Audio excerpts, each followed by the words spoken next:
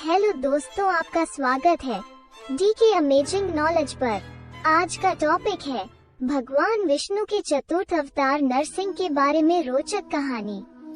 अगर यह कहानी आपको पसंद आए तो हमारे चैनल को सब्सक्राइब करें और वीडियो को लाइक करें।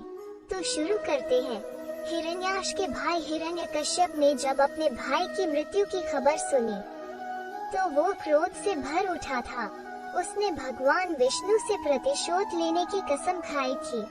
वो मंदराचल पर्वत पर जाकर एक पैर के अंगूठे पर खड़ा हो गया और 100 साल तक कठोर तपस्या की, जब तक ब्रह्मा उसके सामने प्रकट नहीं हुए। ब्रह्मा ने कहा, मैं तुम्हारी तपस्या से बहुत प्रसन्न हूँ, तुम एक वरदान ले सकते हो। हिरण्यकश्यप ने कहा, भगवान मुझे आशीर्वाद दीजिए कि मैं किसी भी अस्त्र शस्त्र द्वारा मारा नहीं जा सकूं। मेरी मृत्यु किसी भी मानव, पशु, दैत्य, असुर, देवता के द्वारा न हो सके। मेरी मृत्यु न दिन में हो न रात में हो, न घर के बाहर हो न घर के अंदर हो, और न आकाश में हो न धरती पर हो सके। ब्रह्मा ने हिरण्यकश्यप की इच्छा पूरी कर दी और उस दिन से वो अपने भाई की तरह एक तानाशाह के रूप में रहने लगा था। क्योंकि वो खुद को अमर समझने लगा था, उसने यह घोषणा कर दी थी कि पृथ्वी पर उपस्थित सभी लोगों को उसकी पूजा करनी चाहिए, क्योंकि वो असुरों और देवताओं में सबसे अधिक शक्तिशाली था। उसके शासन के तहत हर कोई उससे डरता था। कोई भी उसके आदेश की अवज्ञा की हिम्मत नहीं करता था। लेकिन हिरण्यकश्यप को प्रहलाद नामक एक पुत्र था। युवा प्रहलाद अपने पिता की पूजा करने के बजाय भगवान विष्णु के प्रति समर्पित था। यह बात उसके पिता को बहुत परेशान करती थी। इसलिए हिरण्यकश्यप ने प्रहलाद को नगर में दैत्यों के गुरु के पास भेजा। लेकिन कुछ ही दिनों में दैत्य गुरु वापस शिकायत करने आए कि अपना आचरण बदलने के बजाय प्रहलाद ने अपने सहपाठियों को भी भगवान विष्णु की पूजा के लिए मना लिया है। हिरण्यकश्यप को यह सुनकर बहुत अधिक क्रोध आया और उसने सैनिकों को आदेश दिया कि प्रहलाद को पहाड़ से नीचे फेंक दिया जाए। सैनिक उस निर्दोष बालक के लिए खेद अनुभव कर रहे थे, परंतु वो अपने राजा की अवज्ञा भी नहीं कर सकते थे। इसलिए उन्होंने प्रहलाद को एक ऊंचे पहाड़ से नीचे फेंक दिया। इतने ऊपर से गिरने के बावजूद प्रहलाद को एक खरोंच तक नहीं आई थी। जब उसके सैनिकों ने पूरी घटना का वर्णन सुनाया तो हिरण्यकश्यप का क्रोध और भी बढ़ गया। उसकी एक बहन थी जिसका नाम होलिका था। होलिका ने कहा, भाई मुझे एक वरदान प्राप्त है कि मैं कभी आग से जल नहीं सकती हूँ।